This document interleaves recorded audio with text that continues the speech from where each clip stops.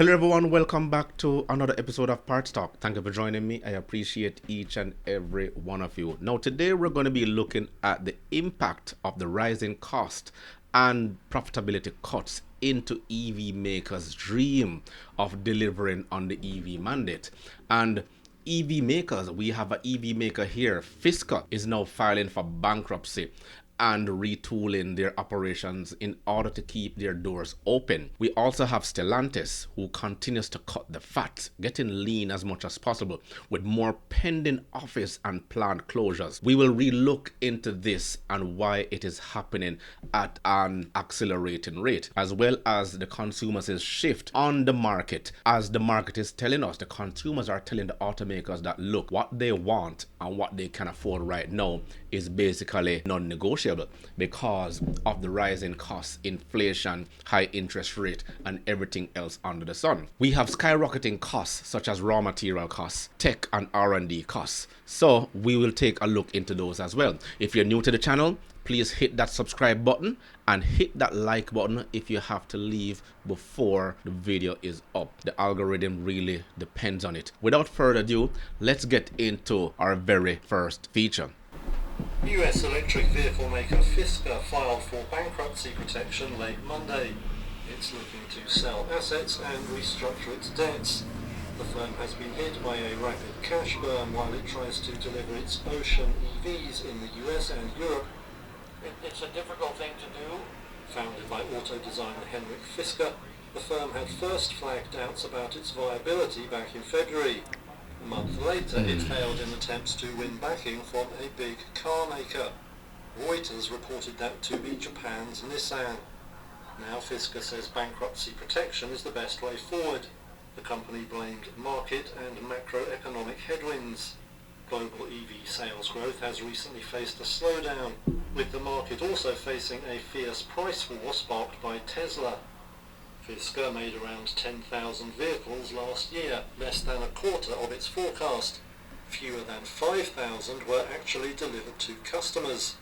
Its cars also face investigation by regulators over various incidents, including one probe started last month by the US auto safety watchdog. And there you have it. A lot of people don't understand what it actually takes to manufacture cars, set up a distribution network, and have them up and running. And then you have to look at all the regulations, government regulations, before the first car actually goes off the production line. And with a protected market happening now in the United States and Canada here, then that's also another hurdle that they will have to cross. Now with the price of essential materials like to manufacture EV batteries like lithium and cobalt, they have gone through the roof, and these materials are key to making those super cool eco-friendly cars we are now forced to all love. Car companies are forced to pour money into new technologies and research to stay ahead in the EV game, just like what Fisker mentioned here, because he did say they are faced with both micro and macroeconomic situations. It's like a high-stakes race to build the best, most futuristic cars thereabout. Supply chain adventures has caused global shortages. Remember, the semiconductor shortage that made headlines around 2 years ago, just when the pandemic was happening, it's still causing headaches for car makers, slowing down production and pushing up costs. Not to mention, moving parts and cars around the world has gotten even pricier and trickier, thanks to rising fuel costs and transportation hiccups, wars going on in different regions. Then we get a regulatory roller coaster such as the tariff tango. The EU and the US has slapped tariffs on Chinese imports, trying to level the playing field, but this could only make EVs pricier and spark a bit of a trade spat. Now let's take a look at our second feature. Well, it is highly discouraging news for Motown that after last week's Stellantis investor meeting, CEO Carlos Tavares promised a massive cost-cutting effort. It's looking as though it will mean considerable job loss for Metro Detroit, particularly at the Auburn Hills office tower, and that's where we find our business editor, Rod Maloney. Rod, not good news at all for the employment picture around here. No, Devin. In fact, I've been getting rumblings that there could be some hefty layoffs here in Auburn Hills. And Carlos Tavares came to town last week essentially telling everyone and he did it deliberately coming here, that he's aiming at this building right here, a building that Lee Iacocca once told me was paid for by the profits made with the minivan. It's a great punch. When your CEO comes to town from Europe, say, and I'm glad let me cut right there. I'm glad he mentioned E. Iacocca, because for anyone who is in the automotive space, if they did a case study on Lee Iacocca, he actually went to Congress, I believe it was Capitol Hill, with his hat in his hand when he took over Chrysler at the time, begging them for the bailout. And he actually turned that company around, only to see it being sold off to Stellantis in Europe. And now the cycle goes around. If you've been following up, especially here on my channel, I speak about the automotive cycle. But the cycle we're going through right now has been forced on us. Things were actually quite good before 2019, before the pandemic, before the EV mandate was placed upon us. Everyone was able to afford a brand new car, so to speak, and it gave rise to the used pre-owned certified market that was also booming. But with the pandemic came about, and we have a shortage and sales falling off, it also gave rise to the surge in car thefts that you're going around. So there is a direct correlation between the shortage of automotive vehicles and the rise in auto thefts, because there are certain sections across the world that are hit mostly when there is a shortage of motor vehicles. Let's continue. At least 2 plants in the US that need a significant turnaround. At least 2. and tells you he's sending European plant managers to come clean up the mess, it should get your attention. But then he talks about what he calls an EV-first strategy and cost-cutting to compete globally with Chinese automakers. By the way, when we compare to Leapmotor, those 30% cost competitive edge I'm always talking about. Yes, you did hear that right. He's looking to cut 30% of Stellantis costs. Auto analyst John McElroy says, Well, he's going after the company with an axe right now to get costs down. which will no doubt send a massive shockwave through the industry.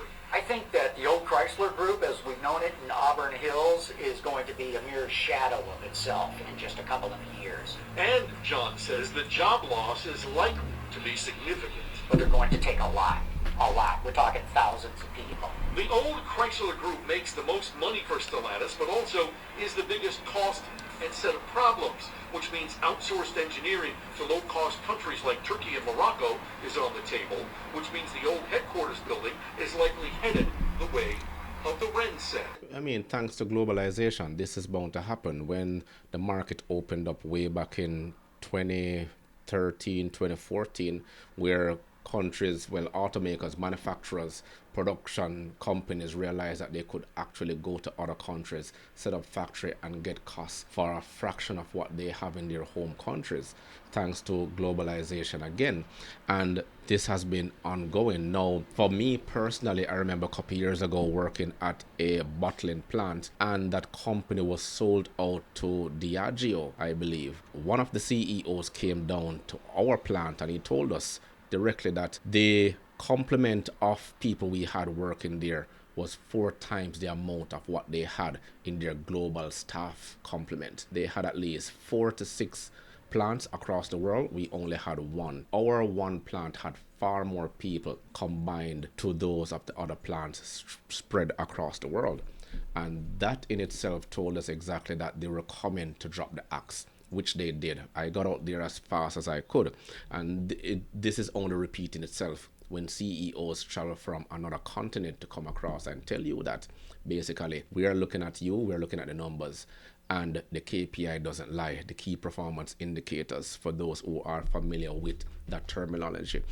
And to know exactly that they have to look at where the cost centers are. For those who understand operational accounting, the weighted average costing, how much it actually cost them to keep the doors open. And if it's not feasible, if it's not making sense, dollars and cents in this particular sense, then they are going to drop the axe. And the first cost that always go is that of salaries, people. And once people go, then it has a ripple effect right across a particular geographical region, meaning that once there's no income, families will be affected, businesses will be affected, and the government itself would be affected. But we can't feel sorry for some of the policies that have been implemented for us, because these very same policies only come back to haunt us in the long run because they were not thought through. It's all about collections, but nothing says in the policy making decision that what it takes to actually maintain so that these policies can actually level off and give the opportunity for other people to thrive where these policies are concerned. Let's finish up this video. The tower almost undoubtedly will be up for sale. Stellantis doesn't need all that office space anymore. Now, I did call Stellantis Media Relations today. The building was closed for the holiday. They didn't have anybody who could respond to this. But again, I'm hearing rumblings of some big layoffs that could be coming as early as July. In the meantime, I asked John, I said, look, what does this mean for the domestic three? He says, oh, you mean Ford, GM, and Tesla? He said, Stellantis is no longer an American company. It is a foreign company. Reporting live, Rod Malone. Wow, take those words to heart. All right, Rod. And there he said it. Stellantis is no longer an American company, so they can do whatever they want to do. We're having a drop in EV sales, and this is the result of it. EV sales took a hit in Europe, with Germany and the Netherlands leading the way. But this gave rise to hybrids, which are on the rise, and which is giving us the best of both worlds. More people are going for hybrids because hybrids are boosting their market share and proving that a mix of electric and combustion engine is a sweet spot right now, which many people are going for. Range anxiety is something that they don't want to encounter, not knowing exactly where the next charging port is. And not all charging ports, I got to experience that firsthand, not all charging ports are the same. Some of them you will have to sit there for 8-9 hours, while others you have to search around to find a fast charging port. And these charging ports come with different costs, similar to that of fuel, both 90s, 87, 92 and 96 octane. And if you look at this particular article here, it says electric car sales tumble across Europe as the demand plummets in Germany. And one part of the article actually stood out when it says here, according to environmental campaign group Transport and Environment, the sales slump is partly driven by car makers prioritizing combustion engine cars and luxury EVs.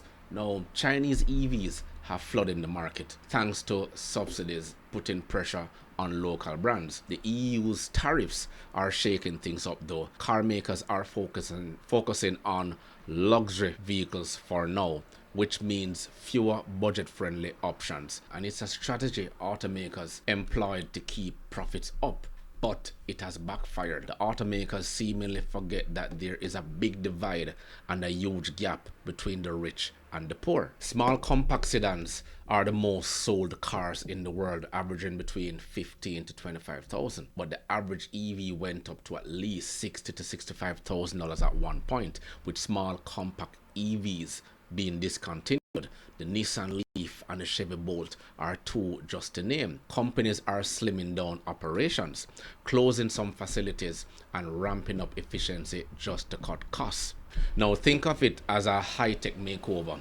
So big bucks are going into automation and smart manufacturing, and it's like upgrading to the latest smartphone, but for car factories. In North America, especially in the United States, brands like Tesla and Ford are leading the EV charge despite some bumps in the road. It's a wild ride, but they are bent on going full electric. Well, unless Trump takes office. China is the EV giant that continues to dominate, and despite EU tariffs, competitive pricing and tech innovation keep Chinese automakers in the global spotlight, along with their government, of course. Japan and South Korea are investing heavily in EV tech, positioning themselves as the future EV leaders, and their focus on innovation is setting the pace for others. Hyundai and Kia are leading the charge for them. But the automotive world is in a state of dismay right now. Rising costs and the EV mandate are pushing car makers to rethink and reshape their strategies, laying off thousands in their wake. The automotive world is in a state of dismay right now. Rising costs and the EV mandate are pushing car makers to rethink and reshape their strategies, laying off thousands in their wake. From skyrocketing raw material prices to the competitive pressures of Chinese imports, the industry is going through a maze of challenges.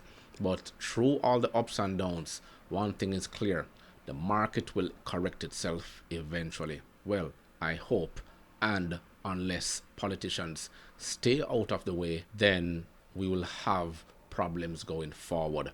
Once the government gets involved, everything else goes berserk, and we always see the results. People will have to take a stand and start deciding exactly how things are, and letting our leaders know exactly what we expect the decisions are to be. We can't have the decisions only going for a few and then it's not benefiting everyone, and then some people are placed in boxes. Then we have the big division amongst us.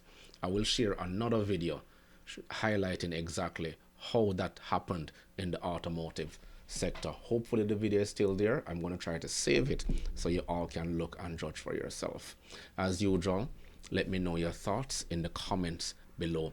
Remember to grab a copy of my ebook, The Parts Manager Guide. Please smash that like button on your way out. It will only take you 1.5 seconds to do so. Until next time.